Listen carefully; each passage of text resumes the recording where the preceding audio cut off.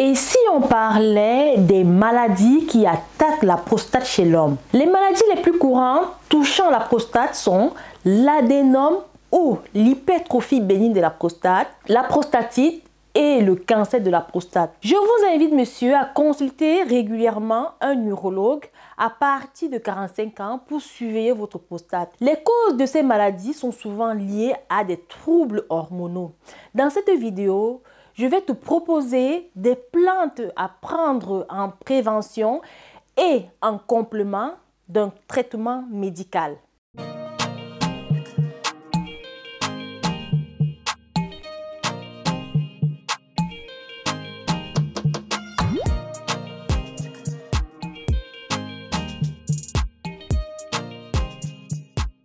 Bonjour à toi, moi c'est Thérence, ta conseillère en plantes médicinales africaines.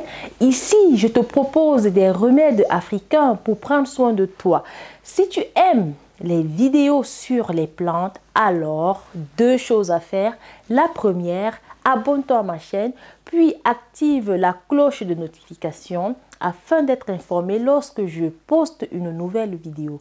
N'hésite pas à me laisser un commentaire pour dire de quelle ville tu regardes parce que la localisation géographique me permettra d'adapter mes contenus en conséquence. L'hypertrophie bénigne de la prostate est caractérisée par l'augmentation du volume de la prostate. Il entraîne des difficultés à uriner et même des douleurs lors de la miction. Il provoque aussi l'interruption et la diminution de la force du jet d'urine. Il est toutefois marqué par des besoins fréquents et urgents d'uriner. Il est très fréquent chez les hommes proche de la cinquantaine. La prostatite est l'inflammation de la prostate. En général, elle est due à une infection bactérienne. Elle se manifeste par des sensations de brûlure durant la miction, des envies fréquentes d'uriner ainsi que des douleurs au niveau du pénis et de l'urètre. Elle peut aussi être accompagnée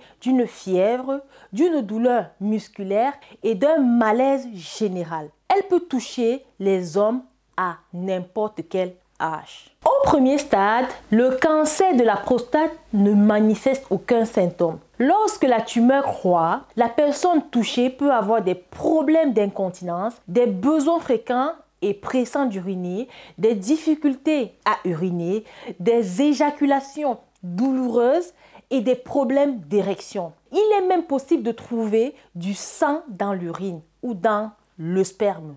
Les symptômes de ces maladies sont sensiblement similaires. Toutefois, leurs traitements ne sont pas identiques. La bonne nouvelle est que les plantes permettent d'atténuer les problèmes de la prostate. Les plantes que je propose pour le traitement des maladies de la prostate sont l'artémisia. C'est une plante qui a un long historique d'utilisation en médecine africaine.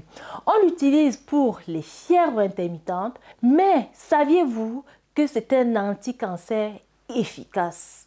Nous avons de nombreuses études in vitro qui montrent que l'artémisinine détruit les cellules cancéreuses du cancer de la prostate. L'écorce du prunier d'Afrique. Cette écorce permet de réduire la fréquence des mictions et principalement durant la nuit. Le fruit 4 côtés permet de ralentir l'évolution de l'adénome. Il empêche la croissance des tissus prostatiques. Il permet d'atténuer la fréquence des mictions en relaxant et en stimulant le tractus urinaire. Les graines de moringa. Ces graines riches en antioxydants et ayant des propriétés anti-inflammatoires permettent de lutter contre le cholestérol. Si vous souffrez du cancer de la prostate, voici le protocole que je propose en complément d'un traitement médical. Dans 1 litre d'eau bouillante, rajoutez 5 cuillères à soupe d'artémisia, 3